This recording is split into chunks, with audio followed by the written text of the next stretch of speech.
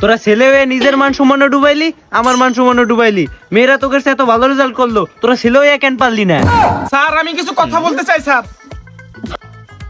Sir আপনি যে কথাটা বললেন স্যার, এই কথাটা কিন্তু পুরোপুরি ঠিক না স্যার।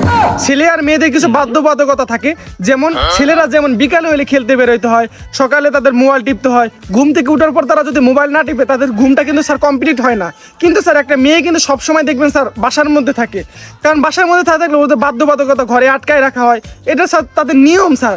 ওরা যদি বাসার মধ্যে থাকে, সারাদিন বাসার মধ্যে থাকে স্যার, ওদের পড়াশোনাটা স্যার অটোমেটিক হয়েই যায়। আর যেমন স্যার দেখুন ওরা সারাদিন ভরে পড়ে, সারাদিন পড়তে পড়তে পড়তে পড়তে পড়তে পড়তে তাদের যখন চোখটা ব্যথা হয়ে যায় স্যার, তখন স্যার পাশের রুমে গিয়ে স্যার একটুখানি টিকটক করে এসে স্যার আবার পড়তে বসে। স্যার আবার পড়তে পড়তে পড়তে পড়তে যদি তাদের মানে ঘাইমে যায় স্যার, তারা কি করে জানেন স্যার? তারা সুন্দর করে ড্রেসিং টেবিলের সামনে যায়, ড্রেসিং টেবিলের সামনে যায় তারা একটু মেকআপ করে সাইজে গুজে তারা আবার পড়তেই বসে স্যার। কিন্তু আমাদের ছেলেদের কিন্তু স্যার জিনিসটা কিন্তু সেম না। যেমন স্যার আমরা স্কুলে যাই, স্কুলে গেলে কত বড় বড় দেওয়াল স্যার, 10 ফিট 15 ফিট, আমাদের কিন্তু স্যার না পলাইলে হয় না, এটাও কিন্তু একটা নিয়মের মধ্যে পড়ে।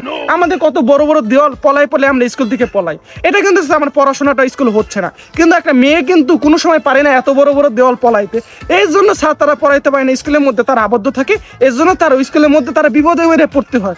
এর জন্য স্যার মেয়েরা রেজাল্ট একটু ভালো করে আর ছেলেরা একটু রেজাল্ট খারাপ করে স্যার, এটা কিন্তু একটা নিয়মের মধ্যেই পড়ে স্যার। রেজাল্ট খারাপ করাটা একটা বড় বিষয় না। দেখবেন স্যার বড় বড় জায়গায় যারা চাকরি করে সবাই কিন্তু স্যার ছেলেরাই চাকরি করে। যেমন স্যার আপনি আজকে টিচার, আপনারা কিন্তু স্যার আজকে ছেলে।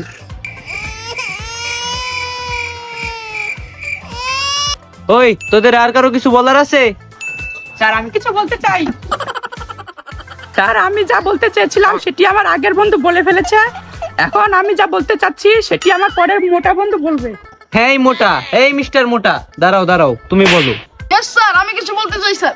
স্যার এই মোটা তো বসেই বলি স্যার। দেখ এই গুতেশ না, এই শর্ট, এই স্যার এই মারবো কিন্তু। স্যার দেখেন স্যার মেয়েরা ভালো রেজাল্ট কিভাবে করে স্যার? মেয়েরা রাত জেগে পড়াশোনা করে, রাতের পর রাত সারা রাত পড়াশোনা করে। আমরা ছেলেরা রাত থেকে জাগে কিন্তু আমরা পড়াশোনা করি না, আমরা চ্যাটিং করি, প্রেম প্রীতি করি। এরকম প্রেম প্রীতি করতে করতে যখন 1 মাস যায়, 2 মাস যায়, 3 মাস যায়, তখন আমরা জানতে পারি স্যার এটাই কোনো ছেলের একটা ফেক অ্যাকাউন্ট ছিল স্যার। দেখেন স্যার এরকম ছেলেই যদি ছেলেকে এরকম বাস দেয়, ছেলে জাতি এরকম ক্ষতি করে স্যার, তাহলে কি ছেলে জাতির উন্নতি স্যার কিভাবে হবে স্যার? আপনি বুঝতে পারবেন স্যার। আমি বলি আপনাদের সময় যেমন মেয়ের সাথে প্রেম করেন স্যার, ওটা কিন্তু আমারই ফেক অ্যাকাউন্ট স্যার। আপনি কিন্তু এখন কষ্টটা বুঝতে পারবেন স্যার আমাদের উপর দিয়ে কি যায় স্যার। দেখেন স্যার এরকম হইলে আমরা কিভাবে পড়াশোনা করবো?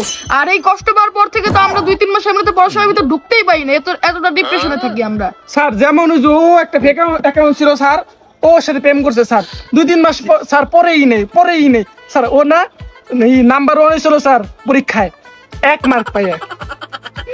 স্যার কি বলবো স্যার, আপনি যে সময় মেয়েটার সাথে প্রেম করেন এটা কিন্তু আমার ফেক অ্যাকাউন্ট স্যার। আপনার পর্দাকে আমি ফাঁস করে দিছি, আপনি কিন্তু স্যার আমার আর কিছু বললেন না স্যার। পরীক্ষায় ফেল করছি ওটাও কিন্তু কাউকে বললেন না।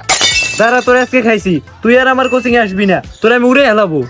স্যার এইভাবেই কিন্তু ছেলেদের পড়াশোনার সর্বনাশটা হয়।